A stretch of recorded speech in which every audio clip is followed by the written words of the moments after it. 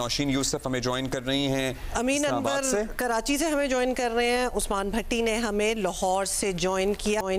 नौशीन आपसे शुरू होंगे, ये क्या अब इसका प्रोसेस होगा अगर ये चैलेंज करेंगे रिजल्ट्स अपने, how does that go about? Recounting होती है, होता क्या है, जरा एक्सप्लेन करें।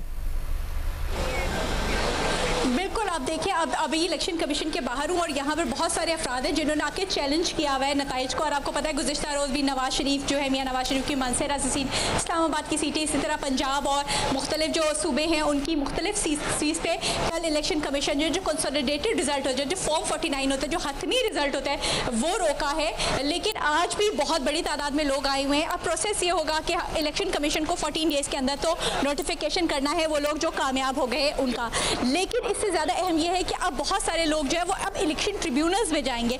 ट्रिब्यूनल्स जो है अब उनमें उनकी केसेस चलेंगे, वहाँ पे ही मुख्तलिफ चीज़ों के फैसले होने हैं। वो कब तक होते हैं वो एक अलग डिबेट है। लेकिन अब इलेक्शन कमीशन जो है वो फ़िलहाल तो इन केसेस को देख रहा है और उन्होंने काफ़ी सारी जगहों पर जो है कल भी और आज भी यही मुतवक्के है कि उन्होंने काफ़ी सारी जगहों पर जो है रिजल्ट का जो हतमी नताइज है उनको रोका है। अलबत्ता जो फॉर्म 47 और जो गैर हतमी नताइज हैं वो तकरीबन तमाम जो है वो इलेक्शन कमीशन ने जो है अब वो जारी कर दिए, उनका ऐलान कर दिया। लेकिन कुछ ऐसे नताइज हैं जिनको इलेक्शन कमीशन ने जो अब स्टे दिया हुआ है, मतलब एक तरह से समझा स्टे ही समझे। और ये जो नताइज हैं इनका ऐलान भी जब इलेक्शन कमीशन का फैसला आ जाएगा उसके साथ ही इनका भी ऐलान हो जाएगा। लेकिन मेन जो अब जो ये केसेस हैं जो चैलेंज होंगे वो होंगे हमारे इलेक्शन ट्रिब्यूनल्स के अंदर, वहाँ पर ही इन केसेस के फैसले होंगे। आपने माजी में भी देखा, इस बार कुछ ज्यादा ही लोग हैं। अभी आप देखिए इलेक्शन कमीशन के बाहर भी अच्छा खासा रश लगा हुआ है लोगों का। पीटीआई तो कहती है हम 60 सीटों को चैलेंज करेंगे, वहां इस्लामाबाद में क्या आपके पास इंफॉर्मेशन है, कितनी सीटों को चैलेंज किया जा रहा है? जी बिल्कुल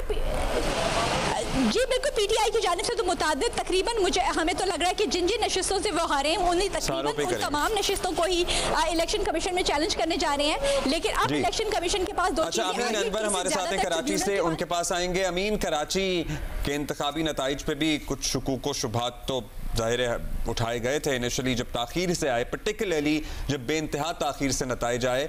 यहाँ कौन कौन चैलेंज कर रहा है इंतखाबी नताइज, क्या ज़मीर?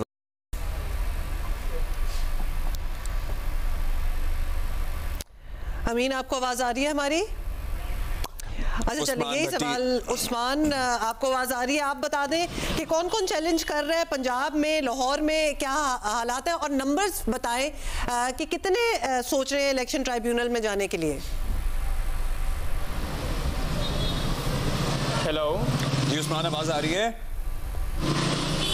जी अब्दुल्ला, मुझे आपकी आवाज़ आ रही है। मैं इस वक्त लाहौर हाई कोर्ट के बाहर मौजूद हूँ और इस वक्त जो जस्टिस बाकर नजफी हैं लाहौर हाई कोर्ट के जज, वो जो है वो केस की समाअत कर रहे हैं। यहाँ पर पीटीआई के दरख्वास्त गुजारों ने पटिशन फाइल की हुई है, मुख्तलिफ 20 पटिशन्स हैं जिसके मुताबिक उनका ये क्लेम है कि उनके उम्मीदवार जीते थे। अलबत्ता नून लीग के जो उम्मीदवार थे जिनमें मियाँ मोहम्मद नवाज शरीफ, मियाँ मोहम्मद शहबाज शरीफ, इसके अलावा हमजा शहबाज, अताउल्लाह तारड़ और जो सियालकोट से रेहाना डार पीटीआई की पटिशनर हैं ख्वाजा आसिफ के खिलाफ, कि उनका ये दावा है पीटीआई के जो उम्मीदवार हैं जो यहाँ पर पटिशनर हैं जस्टिस बाकर नजफी की अदालत में, कि फॉर्म 45 के मुताबिक जो उनके उम्मीदवार हैं वो जीत चुके हैं, जबकि जो आरओ का रिजल्ट आया है फॉर्म 47 का उसमें उनको जो है वो हराया गया है। अलबत्ता जो जस्टिस बाकर नजफी हैं वो केस की समाअत कर रहे हैं और आजमजीर तारड़ जो है वो नून लीग की जानिब से जो उम्मीदवार हैं जो जीत चुके हैं इलेक्शन कमीशन के रिजल्ट के मुताबिक उनकी तरफ से दलाइल पेश कर रहे हैं। अलबत्ता इलेक्शन कमीशन के जो वकील हैं वो भी अदालत में पेश हुए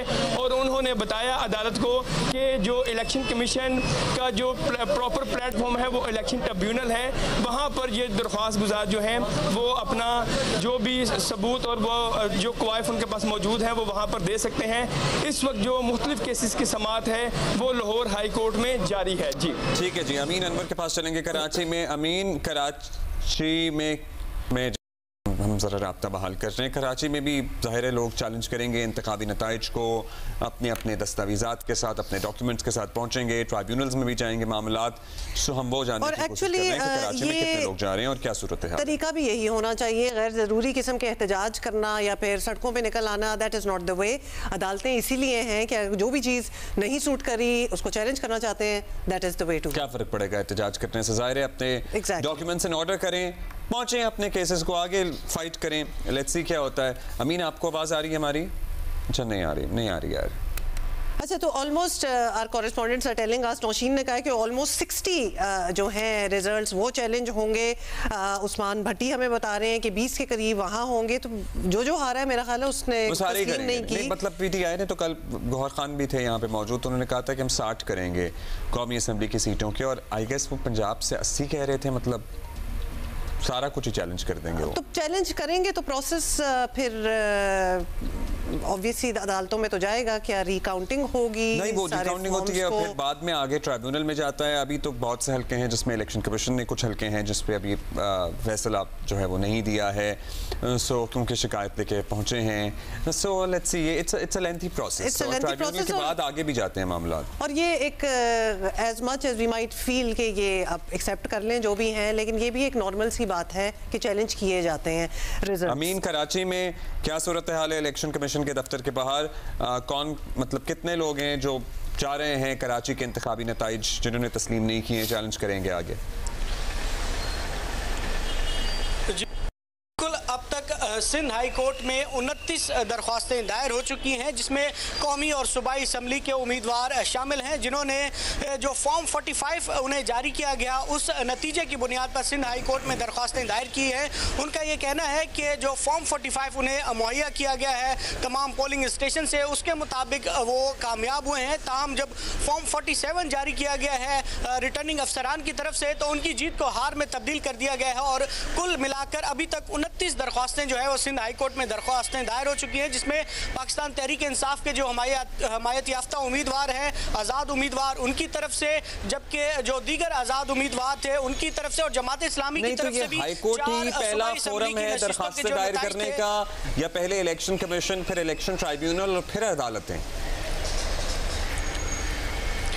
जी बिल्कुल, क्योंकि इंतखाबी जो प्रोसेस है वो मुकम्मल नहीं हुआ है। फॉर्म 49 अभी तक इलेक्शन कमीशन की जानिब से जारी नहीं किया गया है। जब फॉर्म 49 जारी होगा और उसके बाद तमाम जो चारों सूबाई हाई कोर्ट्स हैं उनको इलेक्शन कमीशन की जानिब से लेटर लिखा जाएगा कि वो जो इलेक्शन ट्रिब्यूनल है उसमें जजेस तैनात करें, तो उसके बाद ये इलेक्शन पटिशन जो है वो जारी जो है उनकी समाअत हो सकेगी। ताहम जो उम्मीदवार हैं उनका ये जो टाइम है वो बच जाएगा, उनका जो टाइम बाहर होने की जो लिमिट है वो उससे बच जाएंगे, क्योंकि उनका ये मौक़िफ़ होगा कि उन्होंने बर वक्त नताइज को चैलेंज कर दिया गया था। और इसी तरह लाहौर हाई कोर्ट में भी हमने देखा कि इंतखाबी नताइज जो हतमी नताइज थे वो जारी करने से रोका गया है, और इसी किस्म की आर्टिकल 199 के तहत दरख्वास्तें दायर की गई थी वहाँ पर लाहौर हाई कोर्ट में, और उसी को देखते हुए यहाँ सिंध हाई कोर्ट में अब तक 29 दरख्वास्तें जो दायर हो चुकी हैं, और उनकी फौरी समाअत की जो इजाज़त है वो भी अदालत ने इस्तदा मंजूर कर लिया, और आज ही उन्हीं दरख्वास्तों की समाअत होगी, जिसमें MQM के अहम रहनुमाओं की कामयाबी को चैलेंज किया गया है, जिसमें 248 से खालिद मकबूल सिद्दीकी की कामयाबी को चैलेंज किया गया है, 242 से मुस्तफ़ा कमाल की कामयाबी को चैलेंज किया गया है, 244 से फारूक सत्तार की, और इसी तरह जो पाकिस्तान पीपल्स पार्टी के 3 उम्मीदवार लियारी से मलिर से अब्दुल हकीम बलोच की कामयाबी को चैलेंज किया गया है, कादिर पटेल की कामयाबी को चैलेंज किया गया, और इसी तरह मिर्ज़ा इख्तियार बेग की 241 से जो कामयाबी थी उसको चैलेंज किया गया है, और जमात इस्लामी के भी 4 उम्मीदवारों ने जो सूबाई असम्बली की नशिस्तें हैं उनके नताइज को चैलेंज किया है।